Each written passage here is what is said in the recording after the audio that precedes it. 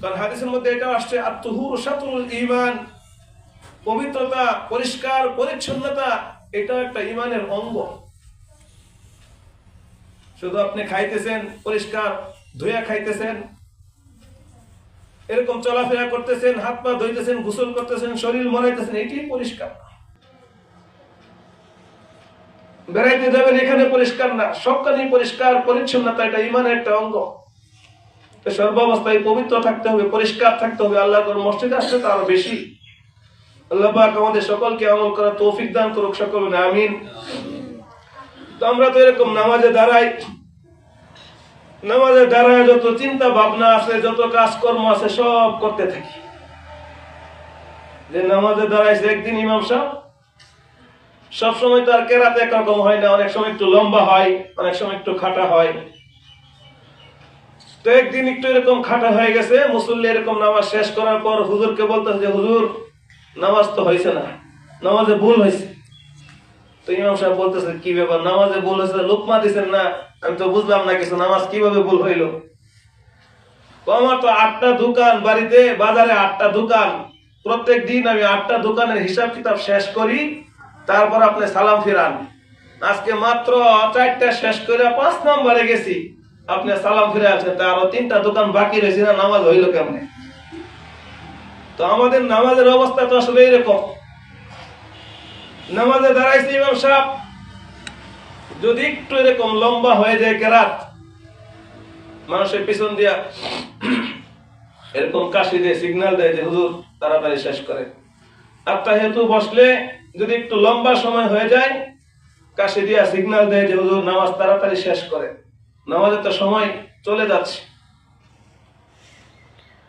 আর যদি গরমকাল থাকে, একটু কারেন্ট গেলে অনেকে তো বলে ইস গরম, এরকম নামাজে কথা বলে ফেলছে কয়েকবারই আবার এই মসজিদে, এরকম হয়েছে না? বাস্তব আমি নিজেই সাক্ষী। তো নামাজে শব্দ করলে নামাজ থাকে? নামাজ তো শেষ, নামাজ ভেঙে গেছে। এই যে এখন শীতকাল দেখেন, আজকে একটু শীত, ঠান্ডা বেশি, প্রচন্ড শীত। এই শীতের জন্য মানুষ অনেকেই গোসল করে নাই, নামাজে আসবে না, গোসল করবে না। যে গোসল করছি না, নামাজে যাব কিভাবে? আরে মুসলমানের শরীর তো 24 ঘন্টায় পবিত্র থাকবে, পাক পবিত্র থাকবে। গোসল না করলে কি নামাজে যাওয়া যাবে না? আপনি ওযু করে নামাজে আসেন, আপনার অবস্থানটা তো এরকম থাকবে, সব সময় শরীর পাক পবিত্র থাকবে। তো অনেকেই যে নামাজ পড়ে না, ইচ্ছাকৃতভাবে নামাজ ছেড়ে দিয়েছে। হাদিসের মধ্যে এটাই আসছে। আল্লাহ রাসূল সাল্লাল্লাহু আলাইহি ওয়াসাল্লাম বলেন, মান তারাকা সালাতান মুতাআম্মিদান ফাকাদ কাফারা, যে ব্যক্তি ইচ্ছাকৃতভাবে নামাজ ছেড়ে দেয় সে কুফরি করলো। অন্য হাদিসের মধ্যে আসছে যে একজন কাফের এবং মুমিনের মধ্যে পার্থক্য, আল ফারকু বাইনাল মুমিনি ওয়াল কাফির আস-সালাত। মুমিন এবং কাফের মধ্যে পার্থক্য হলো নামাজ। যে মুমিন বান্দা সে নামাজ পড়ে, আর যে কাফের সে নামাজ পড়ে না। তো আমরা তো মুসলমান দাবি করি যে মুসলমান, এক ওয়াক্ত নামাজ পড়ে, নামাজের কি হিসাব কিতাব জানেই না। আর মসজিদে আসলেও খুব তাড়াহুড়া একদম শুরু করে দেয়। রুকু হইলে সাজদা হয় না, সাজদা হইলে রুকু হয় না, সাজদাতে থাকা অবস্থায় আরেক সাজদা, রুকু থেকে সোজা হয়েছে না, এরকম সাজদায় চলে গেছে। অথচ রুকুর মধ্যে এরকম রুকু থেকে সোজা হয়ে দাঁড়ানো ওয়াজিব, ধীরস্থিরতা অবলম্বন করতে হবে, একটু সময় নিতে হবে। 2 সাজদার মাঝখানে এরকম সোজা হয়ে বসা, একটু দেরি করা ওয়াজিব।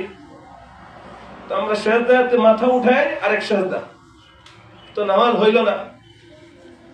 কোরআনের মধ্যে আসছে আল্লাহ রাব্বুল আলামিন বলেন যে ক্বাদ আফলাহাল মুমিনুন, যারা মুমিন তারাই সফলতা লাভ করেছে।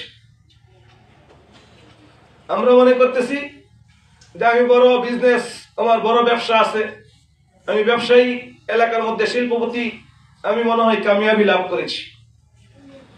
এলাকার মধ্যে আমি নেতা, প্রভাবশালী লোক, আমি মনে হয় কামিয়াবি লাভ করেছি। এলাকার মধ্যে আমি এরকম অনেক ধন সম্পদের মালিক, আমি মনে হয় কামিয়াবি লাভ করেছি। আসলে কামিয়াবি এখানে না। আল্লাহ রাব্বুল আলামিন বলেছেন ক্বাদ আফলাহাল মুমিনুন, যারা মুমিন তারাই কামিয়াবি লাভ করেছে, তারাই সফলতা লাভ করেছে।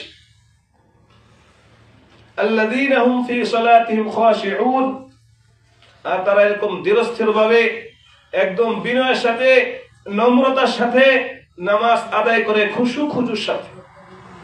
আর আমরা নামাজে দাঁড়াই, একটু মশা কামড় মারলে ঠাস ঠুস এরকম শব্দ হইতেছে। নামাজ হইল এরকম গোলামি করার মধ্যে সবচেয়ে উত্তম তরিকা, সবচেয়ে উৎকৃষ্ট তরিকা। আল্লাহ, আপনি যাকাত দিয়া এরকম ভাবে গোলামি করতে পারবেন না, দান করে, সদকা করে, হজ করে এরকম ভাবে গোলামি করতে পারবেন না যেরকম ভাবে নামাজের মধ্যে গোলামিটা ফুটে ওঠে, যেরকম ভাবে নামাজের মধ্যে গোলামিটা প্রকাশ পায়। এটা কোনোভাবেই আপনি করতে পারবেন না, একমাত্র নামাজেই সম্ভব। আমি বললে সামান্য একটু ইশারা দিলে বুঝতে পারবেন যে যখন আপনি আল্লাহু আকবার করে হাত বাঁধলেন, তার মানে কি কান পর্যন্ত হাত উঠাইতে হয়। তো আপনি কানে ধরলেন, দুই হাত বাঁধলেন, একদম সেজদার দিকে দৃষ্টি, মাথা নিচু করে তাকায় রইলেন।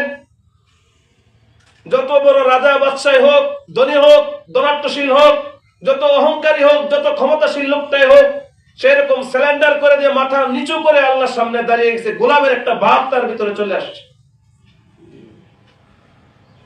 কারণ যখন বড় লোকদের সামনে যায়, গরিব মানুষ রাজা বাদশার সামনে যায়, কাকুতি মিনতি, একবারে অনুনয় বিনয় নম্র হয়ে যায়, নিজেকে ছোট ছোট মনে করে যায়। তো আল্লাহর সামনে হাত বাইরে দাঁড়াইছেন মানে দুনিয়ার সব কিছু বাদ, আমি মালিকের সামনে দাঁড়াইছি, গোলাম। যখন আপনি রুকুতে যান, এরকম নিচু হইলেন মানে মালিকের সামনে একদম নিচু হয়ে গেলেন, গোলাম গোলাম একটা ভাব আপনার ভিতরে ফুটে উঠছে। যখন সেজদায় গেলেন, কপাল সেজদায় রাখলেন মানে কি আল্লাহর কুদরতি পায়ে আপনি এরকম আপনার কপাল রাখলেন। গোলামরা তো এরকম মনিবের সাথে মালিকের সামনে এরকম নিচু হয়েই থাকে, নত জানু হয়েই থাকে। তো আমি আমার মালিকের সামনে এরকম নত জানু হয়ে সেজদায় পড়ে আছি। এই নামাজের মাধ্যমেই সবচেয়ে বেশি গোলামিটা প্রকাশ পায়, এটা সবচেয়ে বেশি ফুটে ওঠে। অন্য ইবাদতের মাধ্যমে এরকম ভাবে সম্ভব না।